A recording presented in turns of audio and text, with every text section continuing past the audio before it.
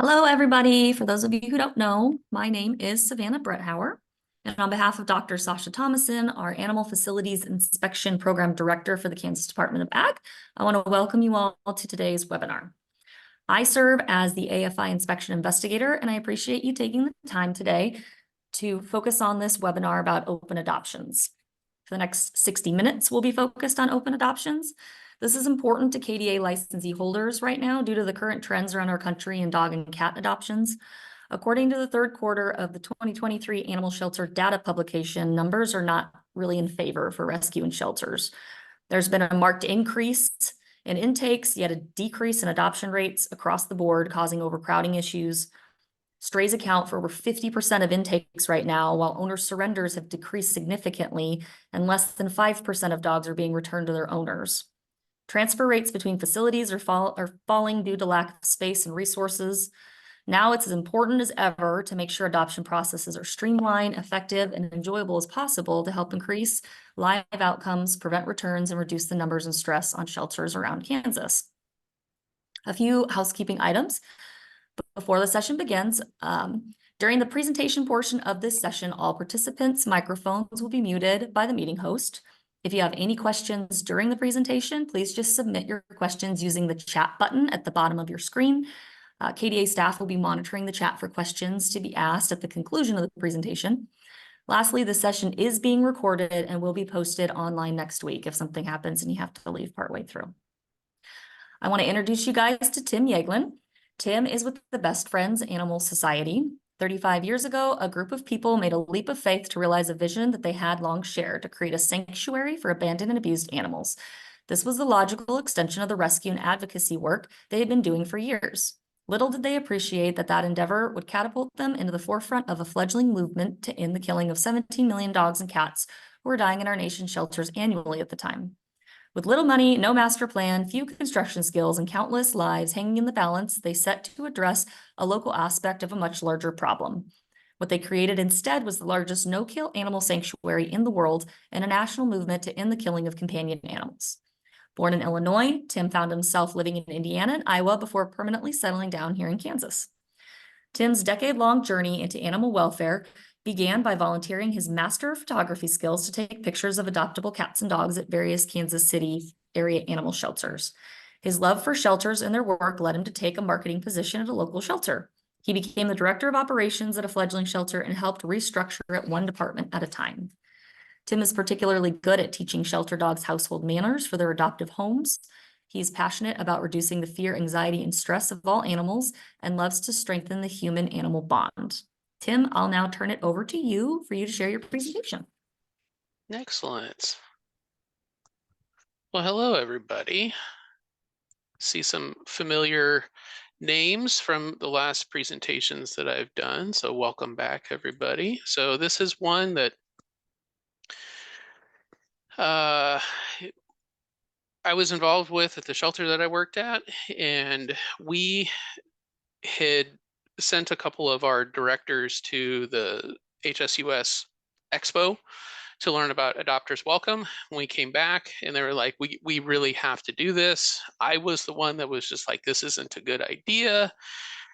And ultimately I had to eat my words because it lowered our lengths of stay by 4 days and our return rate did not go up at all. In fact, it actually went down 2%. So this presentation is a little bit different in that normally I talk about a lot of the research that Best Friends has done, and I will talk about some of the research that we've done, but open adoptions, conversational adoptions, barrier-free adoptions, whatever you want to call it, is something that is within our industry, has been set as a standard. It is for best practice. And so these are some organizations that I have pulled resources from for this presentation. So you can see it's not just a Best Friends thing. Humane Society has their Adopter Welcome Manual. The Human Animal Support Services has a whole section on their website on conversation-based adoptions. Companions and Animals for Reform and Equity, so that's CARE. They have a really great way of doing adoptions that is very equitable. ASPCA is a big fan of this. Maddie's Fund, the Million Cat Challenge. So needless to say, like industry-wide, this is what we have seen as best practice that every organization should be doing in order to decrease the length of stay, move animals through a lot more efficiently, and doing all the pathway planning that we have talked about in previous presentations. So we have done, Best Friends did an adoption survey. This was back in around 2016 that I'll go a little bit more into, but this is what they have found was Americans believe that shelter animals are lovable, they're companionable, they're sweet, but they also feel like 60% of them that they're malnourished, they're unhealthy, and poorly behaved. So we kind of have a bit of a PR problem right out of the gate. This is kind of 95% of Americans believe shelter animals are lovable and sweet, but a third find that shelter animals are less desirable than those from breeders and pet stores, including almost half of young adults. What we're seeing on the trend line is this younger generation, the Gen Z generation, the TikTok generation, whatever you want to call them, they are adopting less than the previous generations. And so this is creating a bit of a problem that we're already seeing right now. I'll get into some of the reasons behind that, and a lot of that is the barriers and how we treat these people when they come to our organizations to adopt. A lot of it can be attributed to social media and how animals are portrayed on the social channels. So we also need to think about that when we're communicating to this generation and just the public in general. So there's a lot of words on this slide. So, but I'll basically summarize what I said. So in 2016, Best Friends did a study to see how people were acquiring their animals. Most people were very favorable towards adoption and even cite it as their preferred option. But the problem was that what we were seeing in the behavior wasn't following what their intent was. And there wasn't any data to fully understand the scale of the behaviors or how to overcome them. So what resulted from that survey was a two-part research study to understand the pet acquisition process, barriers, whether or not they were real or perceived to adoption, and assess the potential solutions to overcome those barriers.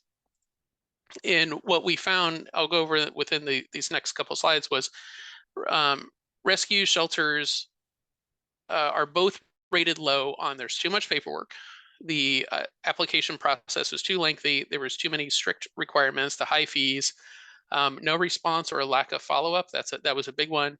It's overcrowded. It wasn't conveniently located because we know that shelters are generally put in the industrial park or next to the dump. But basically, everybody believed that they have both rescues and shelters. They have mixed breeds. They have friendly pets. They have adult pets. They have stray and abandoned pets, and questionable breeds and / unable to identify. They rated high, so rescues and shelters rated high in cleanliness and well-being of the animals overall, but the conditions of shelters seems to vary. So these are some of the quotes. It was dirty, unfriendly. They acquired because the animals I feel are not properly cared for. That was the person that got it from a pet store. It was overcrowded, limited information on pets. As to why they didn't do an animal rescue, but then visited a pet store. They aren't the cleanliness. The animal cages are small. They're so close together. The animals looked miserable. Another reason why they did not adopt and went with a pet store instead. So this is a bit of a jumble of information here too, but ultimately what we want to look at is look at the blue boxes. The bright blue, the darkest blue is the strongest driver, above average driver is the light blue, and then green is an average driver. So if we look at it's broken down by, we have adopters, purchasers, and then it's broken down by dogs and cats. So you can see what the most important driver is for this particular research. And so the top 6 opportunities all address making adoption easier and removing uncertainty. So the ability to spend time with an animal in a private area at the facility was a huge driver for both adopters and purchasers and dogs and cats. Standardized behavior medical checklist with key information was important for across the board again.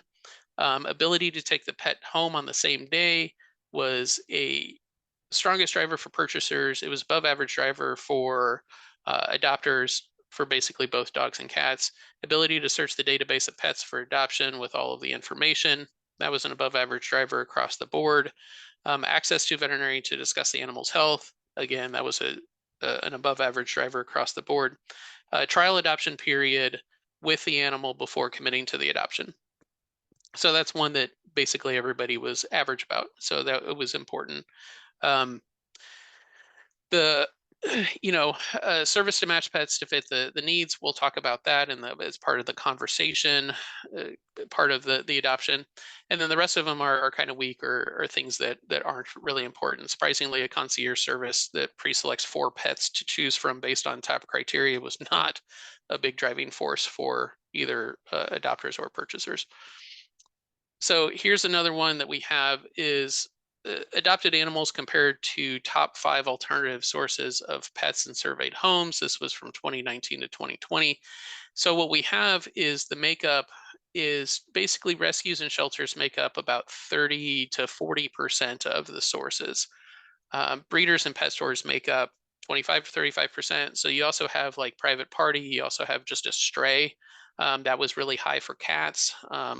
People will say like the cat found me, ended up on my property, so I just kept it, kind of a thing. Relatively low for dogs, but it was still a source of how people acquired pets. Friends and relatives, so rehoming within their own circle was also relatively high. So basically, when we're looking at how people are acquiring animals, about 30% are coming from shelters and rescues, 30% are coming from breeders, and roughly about the same is coming from friends and relatives. So here's a video from CARE that I'm going to play, and then we'll talk about it after. Approximately 6.5 million companion animals enter U.S. animal shelters nationwide every year, and we want every one of them to find a loving home. But too often, the desire to protect pets in our care creates barriers to clearing the shelters. We should ask ourselves, are we looking for reasons not to adopt? Would this group of passionate animal welfare advocates get past the barriers found within common pet adoption applications? Please leave the group if you have young children. Please leave the group if you rent your home.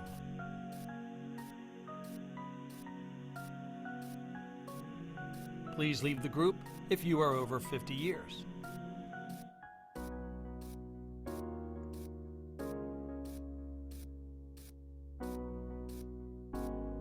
Please leave the group if you don't have a fenced-in yard.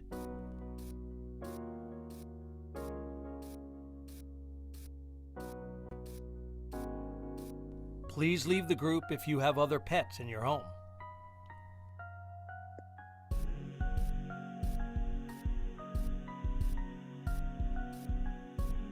Please leave the group if you work more than 40 hours per week.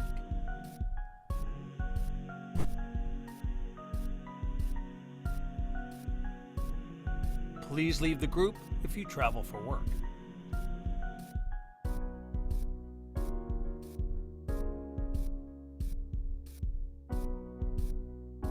Potential adopters want to do the right thing. Let's help them. People without homes, seniors, renters, families with small children, and other marginalized groups all have love to give. Together, we can remove barriers to adoption so they too can share their lives with companion animals. Inclusion equals life-saving.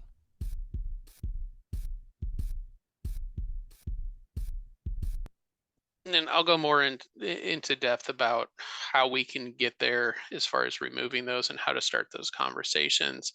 But ultimately, we are looking at inclusivity and how we treat people when they come to us in order to adopt. So are we starting with a no, and then you have to prove to us for a yes?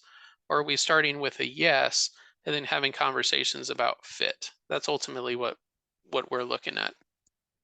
So this is Pets for Life is a great it's a great program that HSUS does. And this kind of chart on the right is, it's easy for us to get caught up in this. We see a lot of stuff that come through the facilities, and we see a lot of neglect and potentially abuse of animals. But we have to recognize that that is a very small percentage of the total amount of animals that are living in homes. So there's estimated 135 million is the estimated owned dogs and cats in US homes. Only 6.5 million are what come through the doors. So that's less than 5%, right? So it's easy for us to get caught up in the 5% represents the 100%. And that ultimately just isn't true. And anyone who's worked the intake counter at a shelter knows how heartbreaking it can be. For me, that was the hardest job in the shelter, was working the intake counter, and the one that contributed to the most compassion fatigue. So it's easy to take that trauma and apply it to everyone that comes into the doors. I had a great conversation with Jessica Dolce at a conference, and we talked for, oh god, it was like 3 hours. And she's the one that does a lot of the compassion fatigue training. She's works at the University of Florida doing compassion fatigue training. And what she told me was, when we're looking at the barriers to adoption, it really isn't about the animals and trying to protect the animals. It's about trying to protect us from more trauma. So when we're looking at trauma and we're looking at the industry and how much compassion fatigue we have within the industry, it's easy for us to put up these barriers to protect us, because we could not bear any more trauma if something bad were to happen to an animal, when we know the likelihood is very low that anything bad is going to happen to these animals. So ultimately, what we say is we're trying to protect the animals, but really what we're doing is we're trying to protect ourselves. And so if we can recognize that, and we can go through, and hopefully you have some sort of mental health channel that you can go to, whether it's BetterHelp or somebody like that, you can get some trauma therapy. That helps with building resiliency for the stuff that we deal with on a day-to-day basis. So this is kind of 27, again, this is a lot of words, and so I apologize if you have a small monitor, but these are kind of the 27 most common barriers that Haas found when they were doing their working group.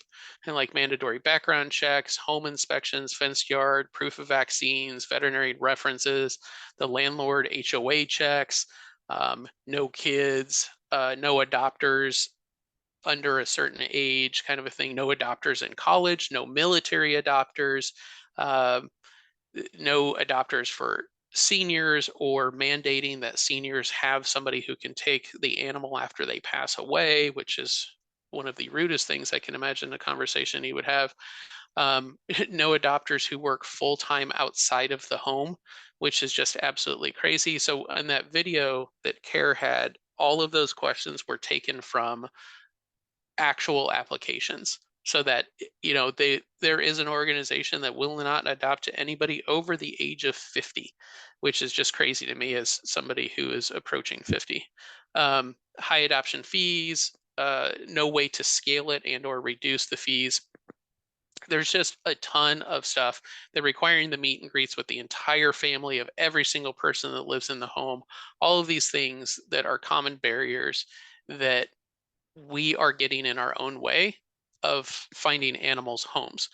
And all of this can be thrown out and replaced with a simple conversation, which is just better customer service to deal with anyways.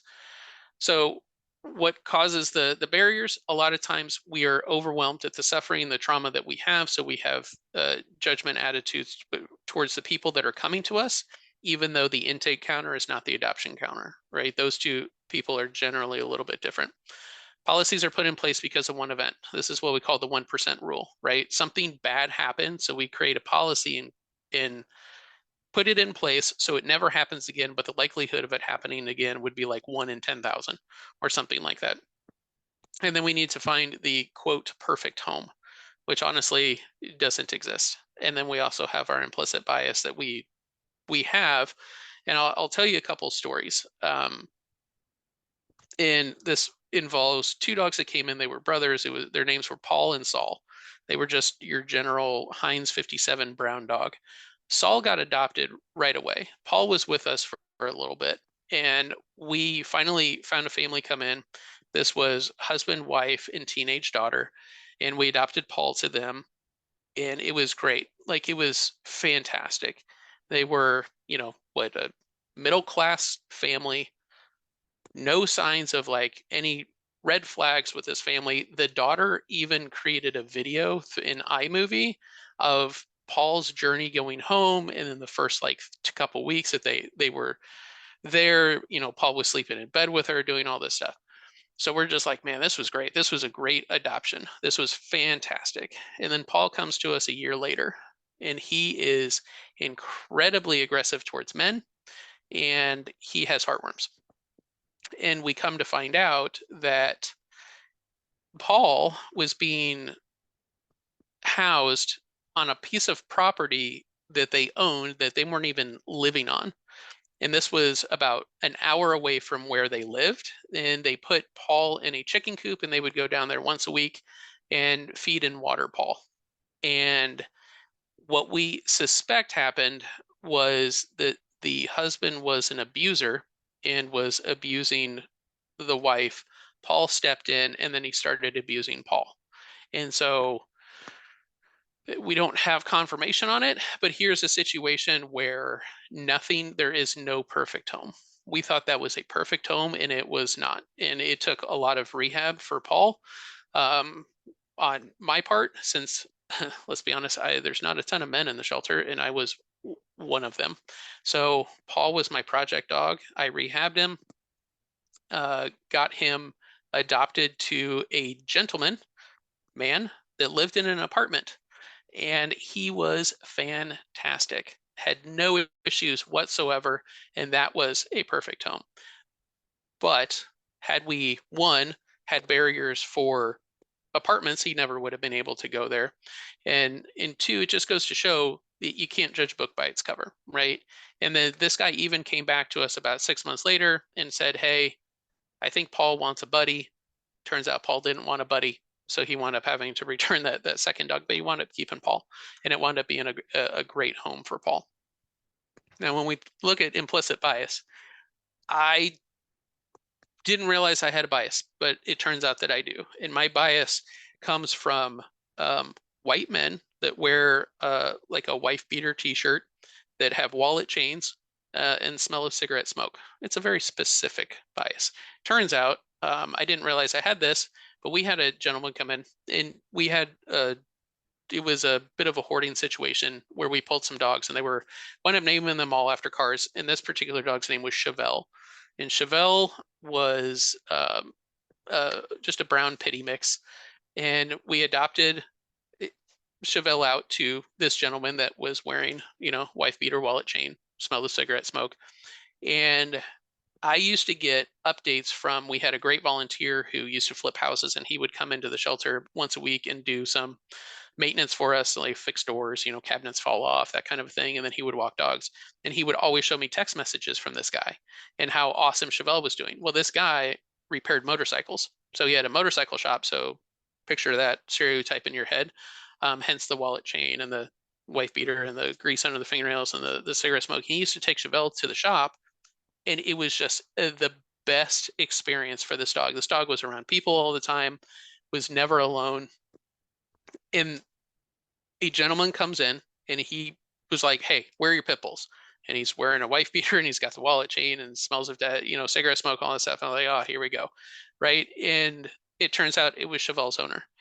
And it was just like, this guy had created the best environment for this dog. And then I was judging him for the other dog that he was going to get that was going to be buddies with Chevelle. And so it shows I had a bias towards people. So I always have to keep that in check when I'm like, why am I judging people? And two, it makes you feel about this big when you have that experience and realize that this person is absolutely amazing. And so here's this quote actually comes from the adopters welcome packet that HSUS has put together. But for the longest time, I thought I really just hated people. Somewhere along the way, I realized I don't actually hate people. I love them. It's only the jerks I hate. Now I focus on the good, expect the bad, It's going to happen no matter what, but there's always more good than bad. So I think if we reframe in our head positivity than negativity, we will have a better customer service experience for the people that are coming to our doors. And if you want to move animals through a lot faster, make it easy and make it a good experience.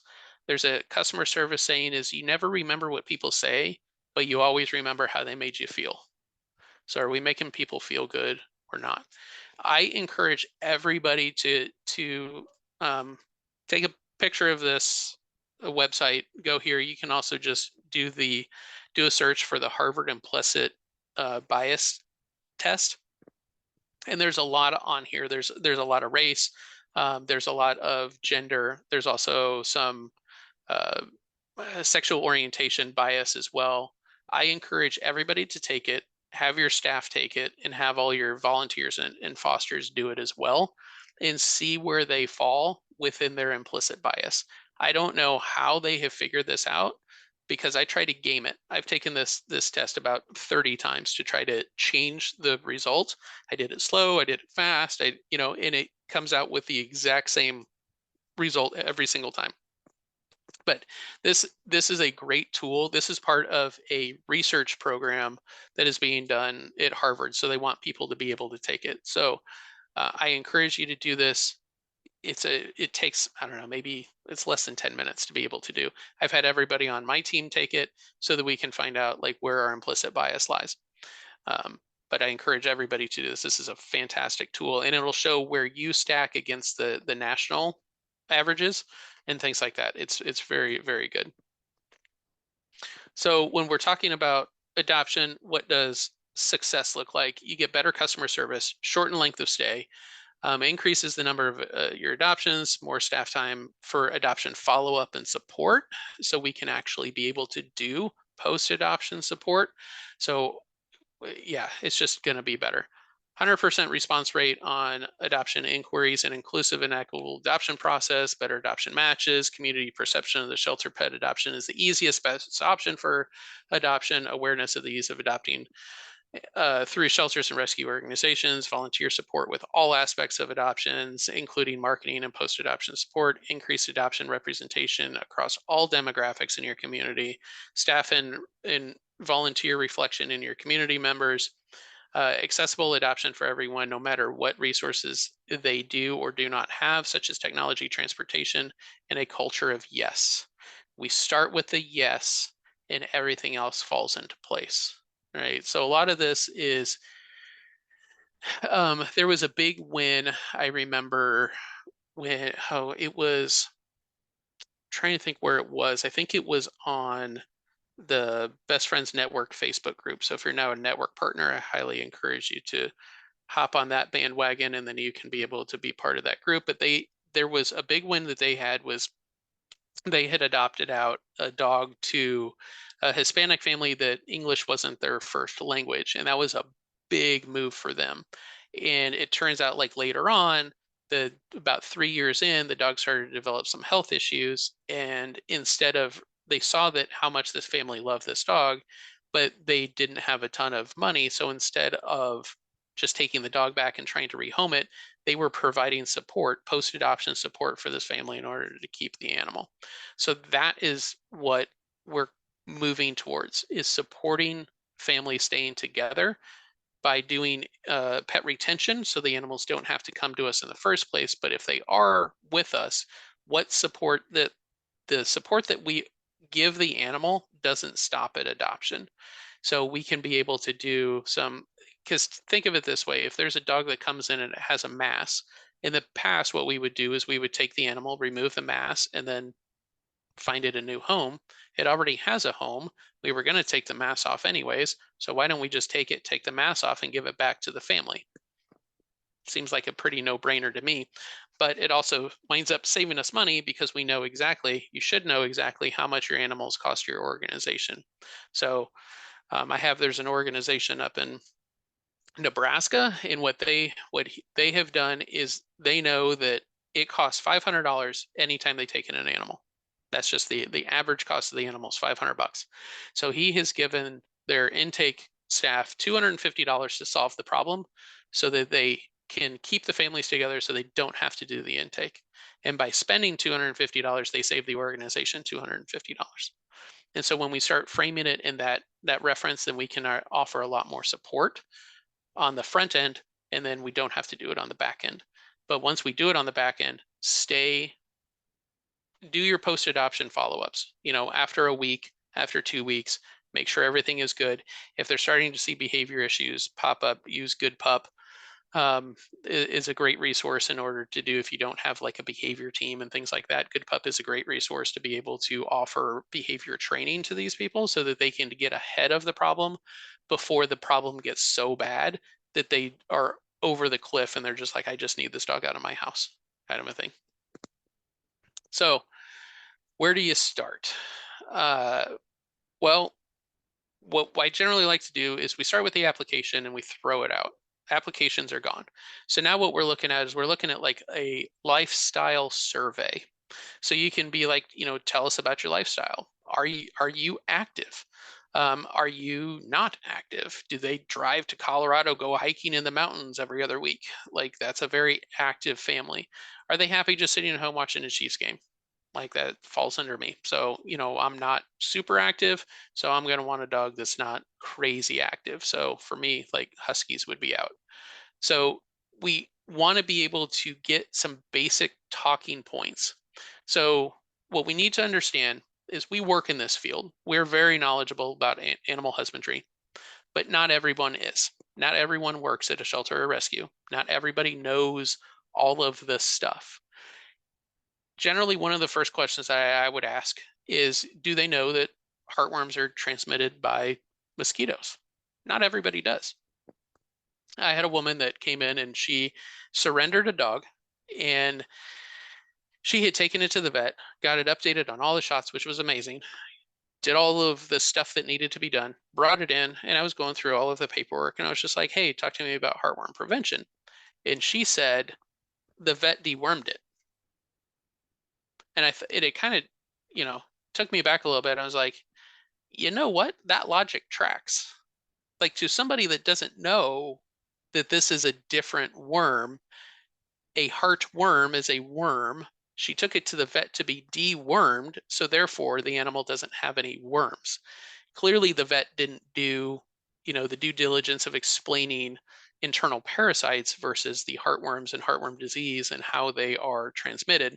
So what we like to think is that vets are doing all of this education with all of their clients and everybody knows as much as we do. But they are overworked just like we are.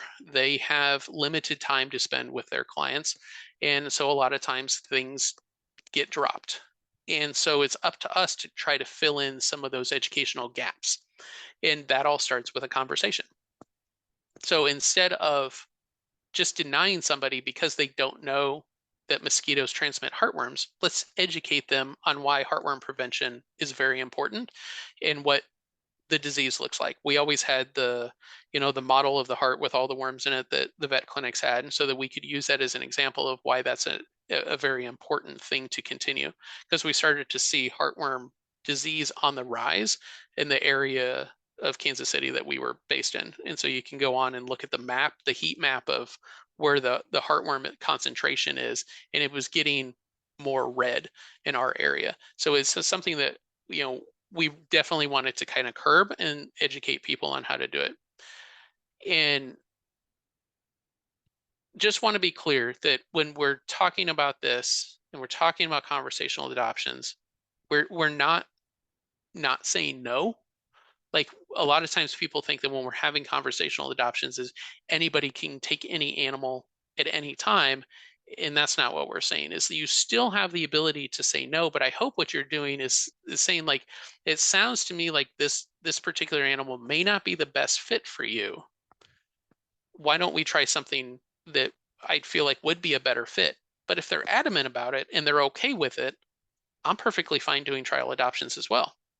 And so we never really did the foster to adopt, which a lot of organizations are doing. We just did basically the adoption.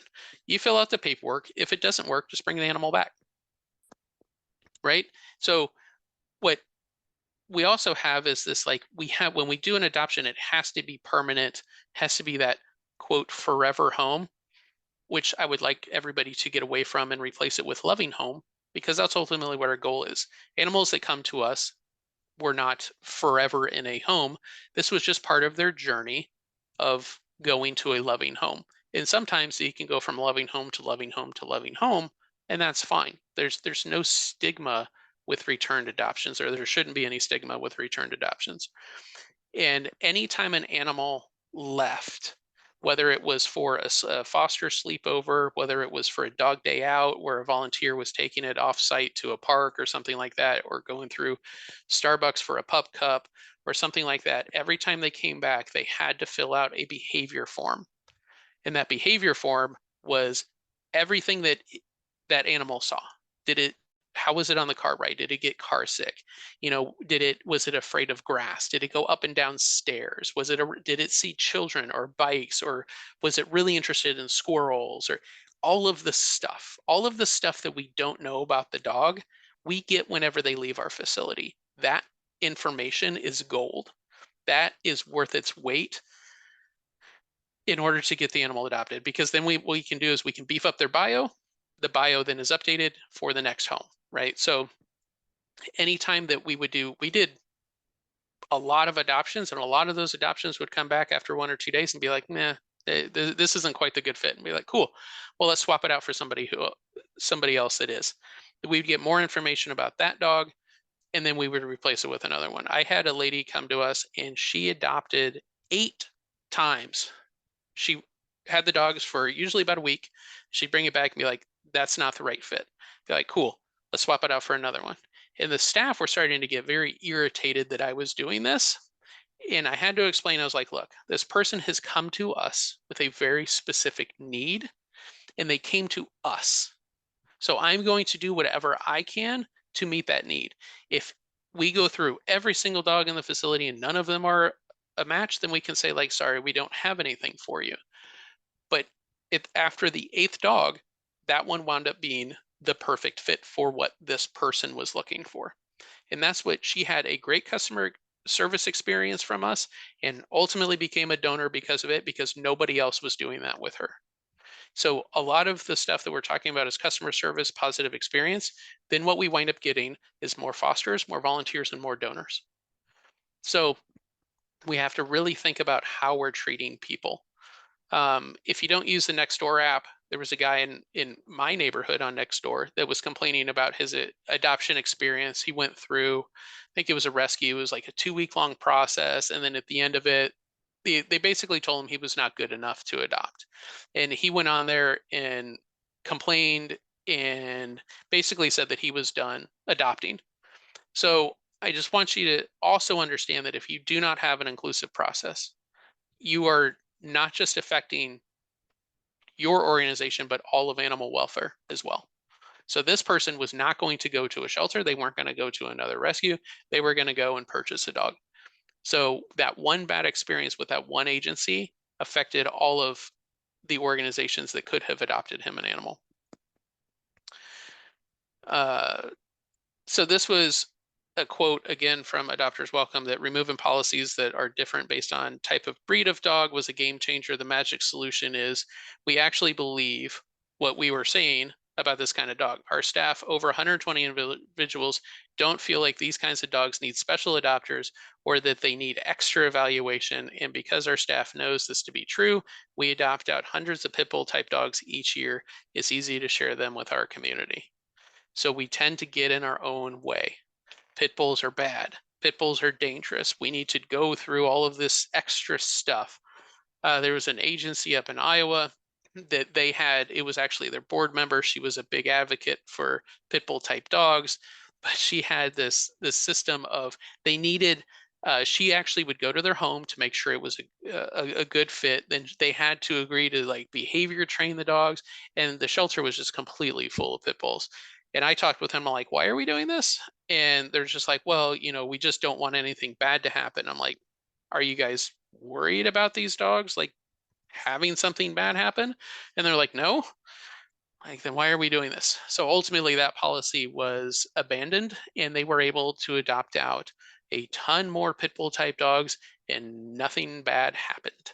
So if something bad's going to happen, like making sure that you go to their house is not going to matter anyways.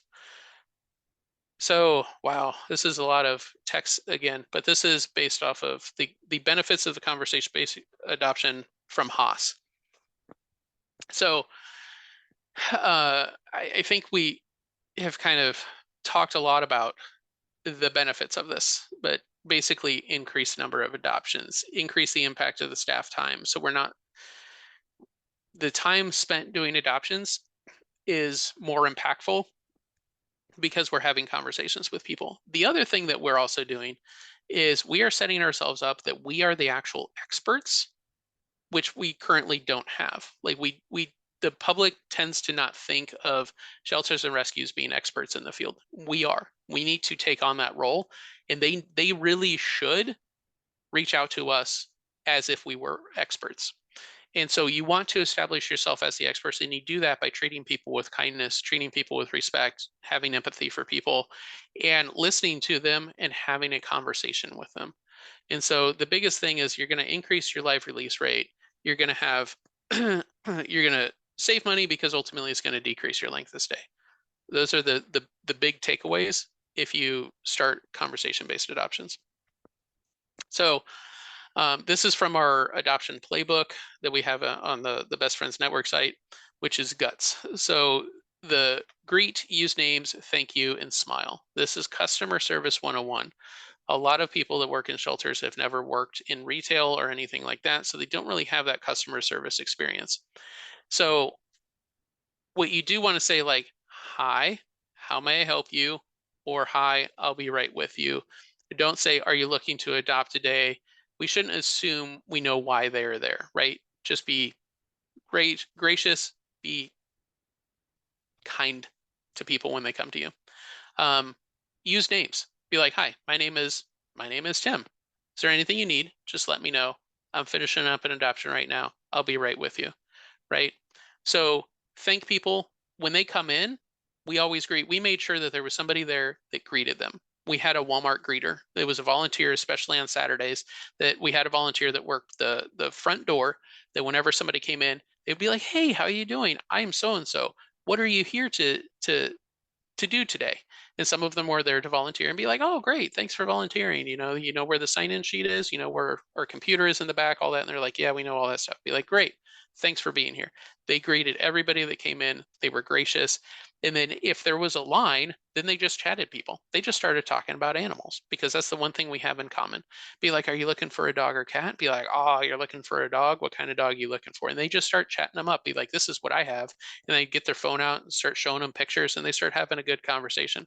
What we're trying to do is build that positive experience, because that's what they're going to remember, is that positive experience and that we were kind, and they're more likely to come to us in the future.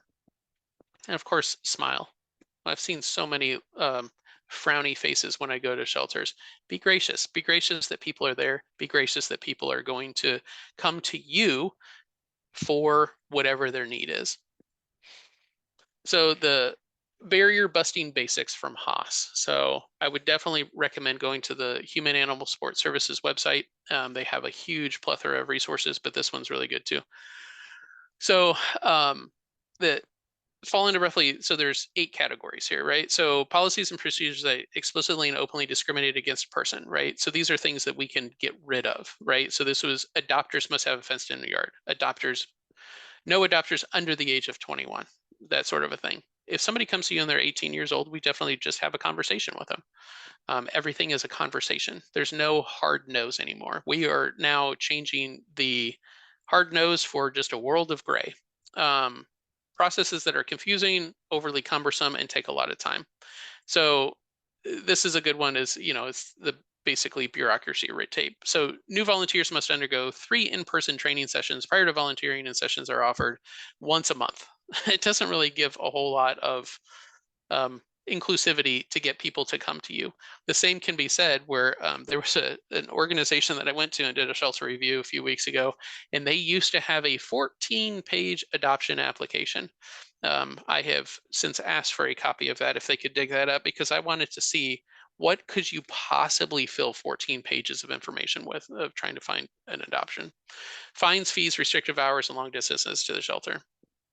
So being able to not waive fees, so punishing them for having their dog get out as a stray, even doing that is high adoption fees as well. I understand you need to reclaim some of your the funds and things like that, but we also want to be inclusive, especially when we're talking the longer length of stays and things like that. So is it the more difficult and expensive it is to reclaim, the fewer people are going to do so. And so that means that more animals are going to be in the shelter, and we have to find homes for them and thus try to do the adoptions and things like that. So the restrictive hours is you are open from, I've seen noon to 4. I've seen like 10 to 3. I've seen crazy adoption hours, which just honestly, like, I don't know anybody. You would have to take off work in order to go adopt. And then it would be like, oh, Saturday is by appointment only. So it was just like, man, are you trying to not adopt out animals? You need to be open. You need to make it easy for you, for people to find you, to converse with you, and be able to adopt from you. Rules that require pets to be complicated and permanently separated from their people to get access to veterinary services or help. We don't provide pet care of owned animals, whether you can afford it or not. So that's one that we talked about. Like, if you have a mass and you were going to take it off with a surrender anyways, why don't we just take it off and give it back to them? That's a pretty easy one.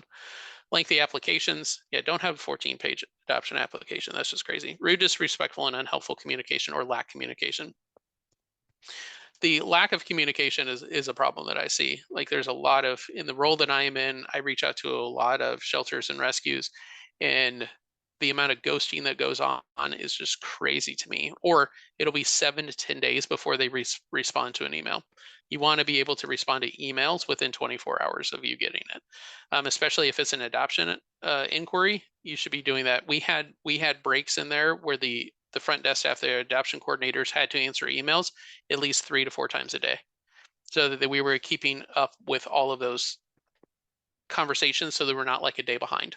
So we want people to be able to answer the questions so they can come in the next day to potentially adopt. Lack of easily accessible information. Man, I have seen some really, really bad websites. And then there's also the fact that, do we have a Spanish language side of our websites? There's a lot of easy website builders now that will automatically translate the pages for you. And so we should definitely have, at least have, if you have a Spanish speaker on staff or a volunteer or somebody that does speak Spanish, see if they couldn't help build a Spanish language document for a lot of the most common documents that you would have. Look at your demographics too, because there's a group up in Wisconsin where the Hispanic population is incredibly low, but the Vietnamese population is incredibly high, and that goes all the way back to the Vietnam War, when a lot of immigrants came over from Vietnam and landed in Wisconsin. So there's a huge Vietnamese population. So for them, it would be like, do we have Vietnamese language documents that we could share with these people that would English would be a second language. Description of pets and people that are derogatory, subjective, unkind, and restriction based on those descriptions. So, I mean, here's one. Like, she's your basic pit bull and should be only adopted to an experienced pit bull owner because these dogs have behavioral issues. It's like, wow, there's a lot of issues with that one. So we're making generalizations, things like that, that just are not true. We want again to think of, I always said that, we don't downplay behavior issues, but we do want to be open and honest with them. But that's more of a conversation that we have when they come to us. We don't want to prevent people from coming to us. So a lot of times having good photos, things like that, get them in the door. And then once they're in the door, it's the whole kind of car dealer mentality, right? Once they're on the lot, don't let them leave without a car, right? If they're interested in a dog, that may not be the right dog for them, but we have a slew of them that they can choose from. And then we can also work with them on all sorts of other stuff, whether, do they need a crate, have all that stuff ready so they don't have to leave, be like, oh, I got to go to Walmart and get a crate. And be like, well, we got some right here. I can lend you one until you get one, or you can purchase this one right here. So have a retail space where people can take the animals home that day. So this is one from CARE. So this was a really impactful statistic for me because of the data set that we have. So if just 5% of the Black and Indigenous people of color adopted, 2 million animals would find homes. Now that number is staggering. If we just had 5% of basically what we're talking about is like Black and brown people were to adopt, which is typically not a population that comes to us to adopt. So we talking about inclusivity here. We actually don't need 5%. We actually only need 1%, because in order to get the nation to no kill, we actually only need to save 400,000 animals. That's about 378,000. So 1% would get us 400,000, and that gets us to where we need to be nationwide. So embracing cultures that are not like us is huge in being open and honest and having those conversations around adoption. Also knowing what your implicit bias is also helps with that. So the key takeaways here: inclusivity is a cultural change. What we're talking about is not just when we open up and remove barriers. You find that when we have barriers, we also don't just have barriers on adoption, we also have barriers in place for volunteers and for fosters. So we're talking about removing all barriers in order to be an inclusive organization. Identify potential barriers and biases. Having your staff know where their biases lie, they can self-check themselves. So if a group of people come in, if that guy comes in with a wallet chain wife beater and smells like cigarette smoke, I go and be like, I generally have a bias towards this population of people. I can put myself in check, right? And be like, okay, I need to make sure that I'm going to be gracious, that I'm going to be kind, that I'm going to listen to them. I'm going to go out of my way to make sure I overcome that bias. Focus on your customer service. Greet people, have your convenient hours, respond to your emails, answer the phones. Like, I know that's hard, but these people are trying to contact you. And so we want to make it easier for them to be able to contact us. And then we want to be a resource for adopters. Return adoptions is not a bad thing. That's actually a really, really good thing, because we get more information. And I used to run length of stay reports all the time. And what I found was the length of stay on returned adoptions was always half of what it was from their original time in the shelter. So if they were there for 30 days, they get returned, they're going to be there for less than 15 days on the second round. So we want to be able to have more information of the animals, especially the strays, when they come back to us. Return adoptions are not bad. They're wonderful. And then having, dog days out and that sort of stuff, so we get that information so we don't have to worry about a return adoption, is even better. So with that, there's my email at the bottom. It's just timwy@bestfriends.org. And I can answer any questions that you guys had in the chat. I'll stop sharing here.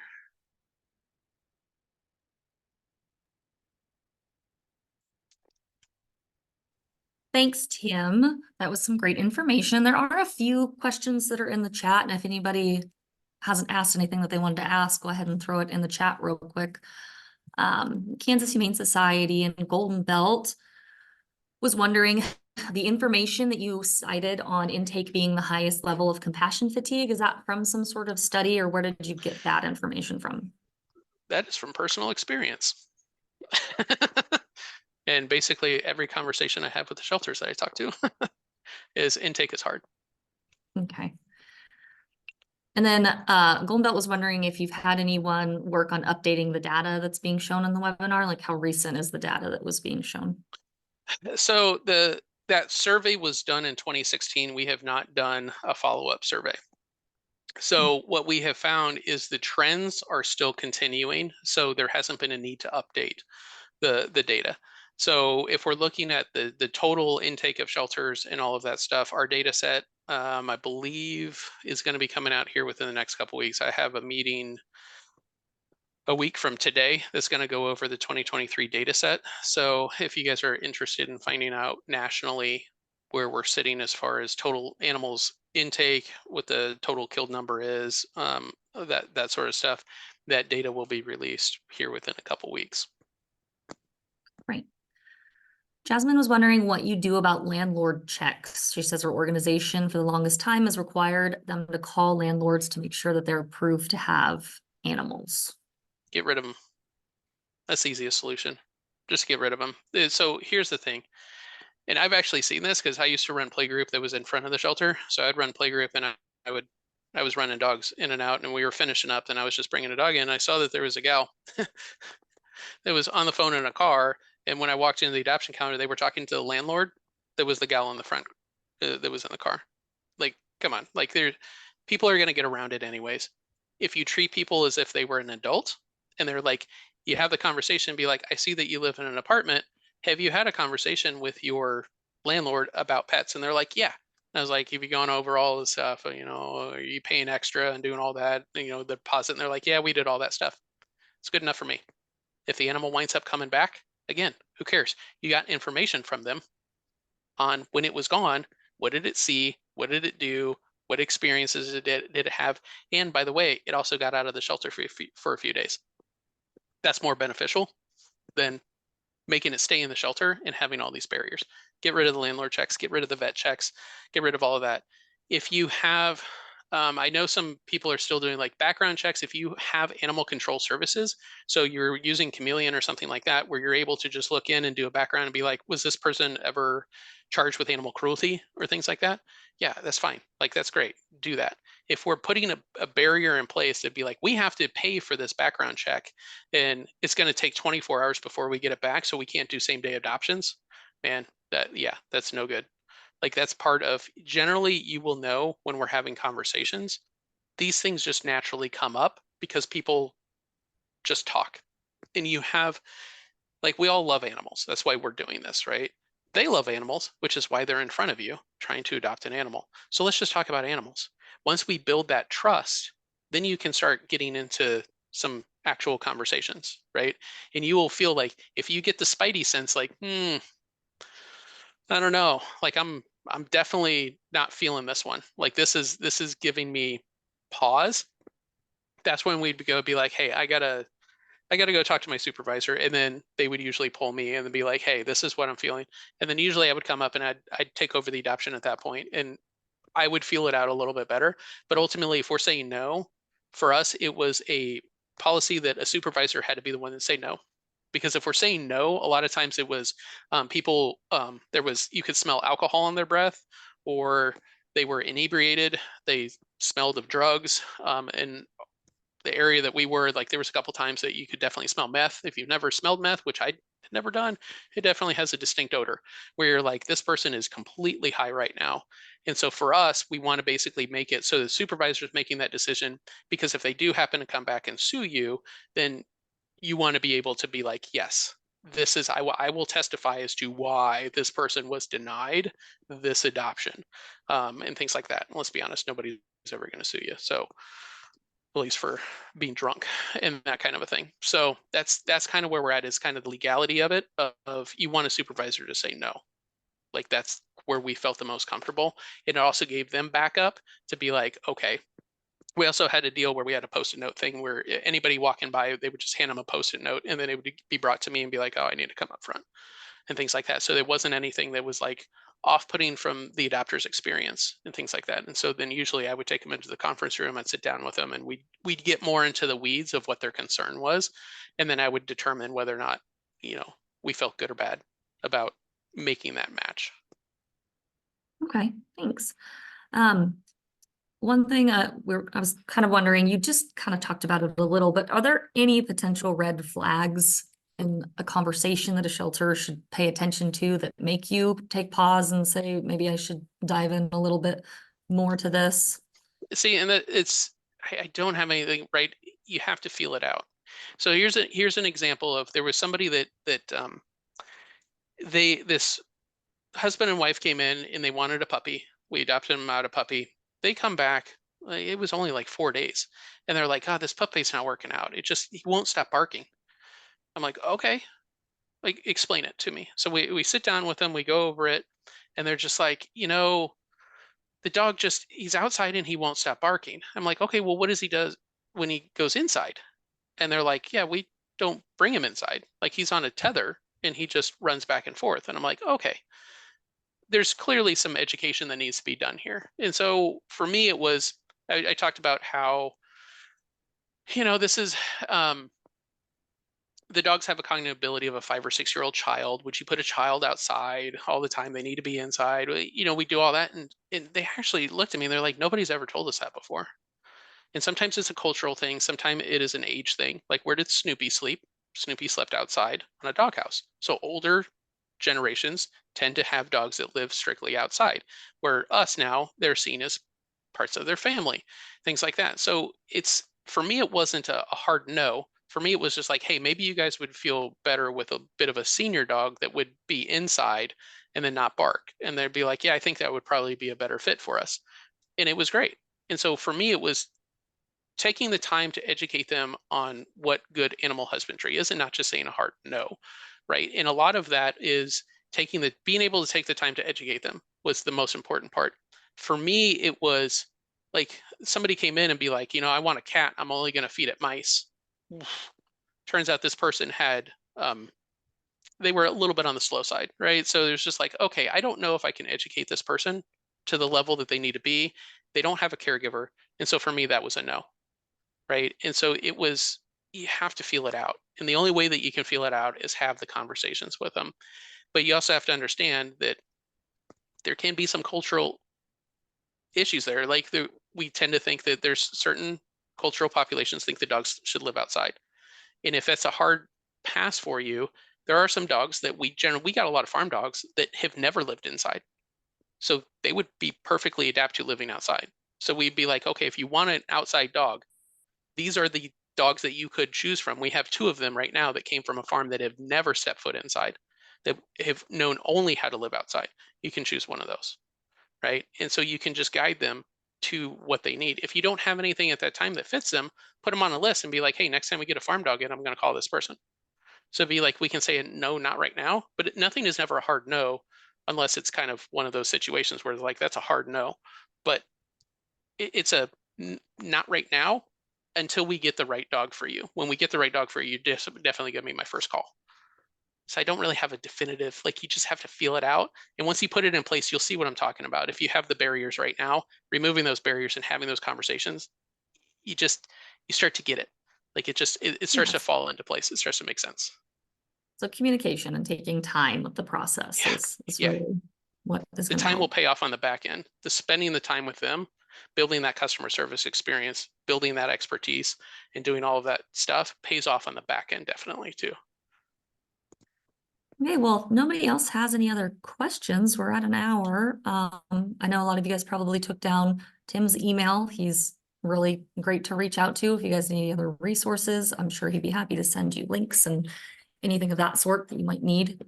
Are you gonna be able to share your slides with us or no? I definitely can if you guys are interested. Okay, There's a lot of words on those slides, so if you guys want to take some time and to mill it okay. over, I definitely understand. He can send us the slides and then we can hopefully get them posted up in the next week. But yeah, if there's no other questions, I just want to thank you again for your expertise. And this concludes our spring webinar series. I hope you found some value in the information that we provided. As we plan additional outreach opportunities, we will send emails with that information. We appreciate everybody's attendance and interaction during the webinars. I hope you guys feel like you've learned something today, and everybody have a great afternoon. All right, bye everybody. Have a good one. Thanks, Tim. Bye.